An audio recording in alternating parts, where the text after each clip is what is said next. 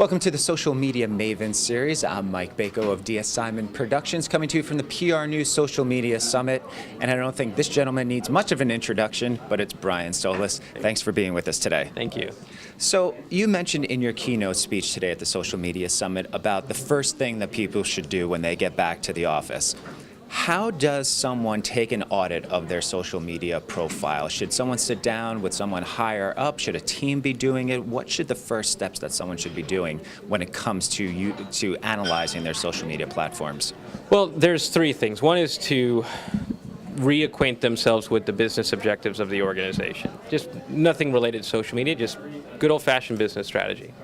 The second is to answer the question of why would social networks help us get close to those business objectives in one way, shape, or form? And then the third thing they need to do is look at their current social media strategy today. I do this all the time, and I can tell you that there's a delta between all of them all the time. And that's understandable. It's because we are so enamored with the technology. It's technologies that we use as human beings, as individuals, and we bring that into the organization. And sometimes we don't necessarily apply the business lens to it. And that's okay.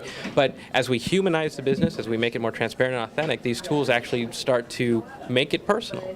And that's great. But they also have to be in alignment. And is it difficult to bring in that human element as opposed to just pushing out content, pushing out news about your organization, as opposed to bringing in that human social element? Right. The hardest part of any of this is not a social media strategy or an audit or answering any of those questions. The hardest part is taking those answers to the decision makers within any company and getting them to see that we need to be human, because the real change at that point is in the culture. We're bumping up against a culture that has, for years or decades, not been human, no matter what they say. I mean, every business objective includes getting closer to the customer. Every leader says that. But the reality is that every business has also made investments over the last series of decades of getting further away from the customer. Websites, automated web forms, emails, call centers, outsourced customer service. So while we believe that, it's not true. And social media forces you to rethink and redo a lot of those infrastructures that we spent a lot of time and money building over the years. And independent of area of where a company is, what brands are doing it well? So many people point to Zappos in terms of bringing in that human element and not outsourcing and really having a corporate culture that is defined internally and through their social media platforms. Is there anyone else that you could point to as a role model? Well, I like companies like Giant Nerd.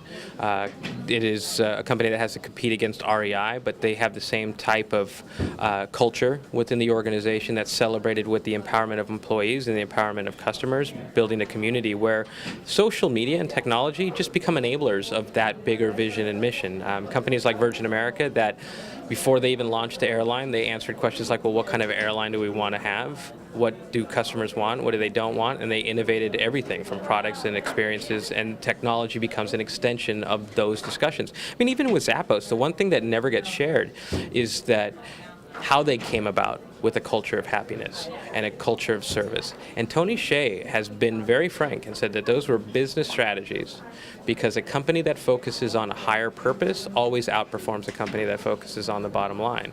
So it's aspirational in nature, but it's a hard conversation to have because it's so touchy-feely, there's no real metrics around it.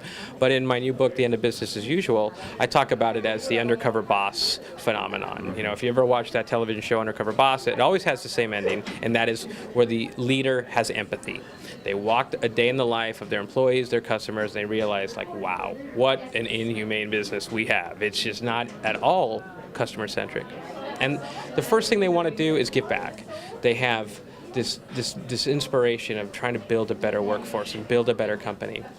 And that's what Tony did, that's what Virgin America did, that's what these companies are trying to do. It's aspirational in nature, but you can build business models around it. And those business models perform very well, and history has shown that over and over again. And in your book, The End of Business as Usual, what other insights can people find out, in addition to what you're telling us today, just in terms of moving their social media ideas forward? Well, the biggest thing, and it's what the first half of the book is all about, is that there's a rise of a different type of customer. At the first few pages, I say that this is not a book about social media whatsoever. This is a book about transformation. The reality is that you have a traditional customer. You know, they read magazines and newspapers, watch television. They don't skip through commercials with their DVR. You have a digital customer who probably begins their search with Google, very comfortable with websites. They do fast forward through commercials. And then you have this connected customer. And the connected customer is someone who lives on their mobile phone. They're always on. They're always connected. They live their lives in networks and on apps and in communities. And so how they find and share, how they discover, how they influence and are influenced, how they make decisions, well, it introduces a whole new series of touch points that we're not even designing around today. It creates a whole new series of conversations and experiences that we don't even recognize today. And so what I try to do with the book is introduce this different customer to them, introduce how to find them, and understand today how they're currently impacting their business and how to create sort of this assessment of how rapidly it's increasing for their market. And then the last half of the book is on transformation.